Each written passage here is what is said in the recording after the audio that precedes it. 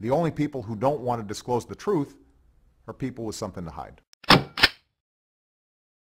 Earlier, I spoke with Texas Senator Ted Cruz, a potential 2016 candidate, about this atrocity and the initial White House response. Senator Cruz, thank you for being here.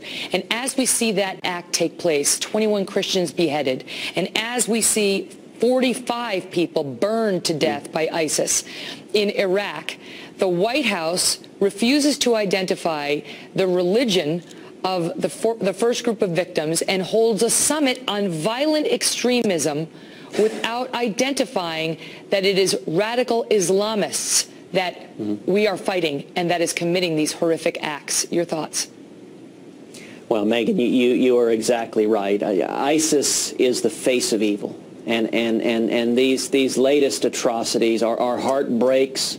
And to see 21 Coptic Christians murdered, beheaded by radical Islamic terrorists, to see 45 people lit on fire, this is horrific, and it is deliberate, and it is targeted. It is targeted at Christians. It is targeted at Jews. It's targeted at Muslims in the region who do not accede to the radical Islamist view. And unfortunately, the president and this administration dogmatically refuses to utter the words radical Islamic terrorism. You cannot defeat an enemy if you refuse to acknowledge what it is.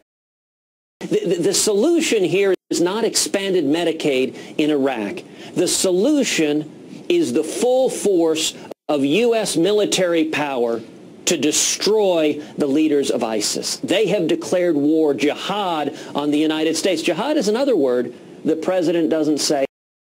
Bizarrely, he compared these atrocities to the Crusades in this strange act of moral relativism. Now, last I checked, the Crusades began a millennia ago. And I don't think it's too much to ask the president to stay in the current millennium. This bizarre, politically correct doublespeak, it is simply not befitting a commander-in-chief whose first obligation should be to protect the United States of America. What undermines the global effort is for the President of the United States to be an apologist for radical Islamic terrorists, to analogize it to the Crusades from 700 years ago. The only people who don't want to disclose the truth are people with something to hide.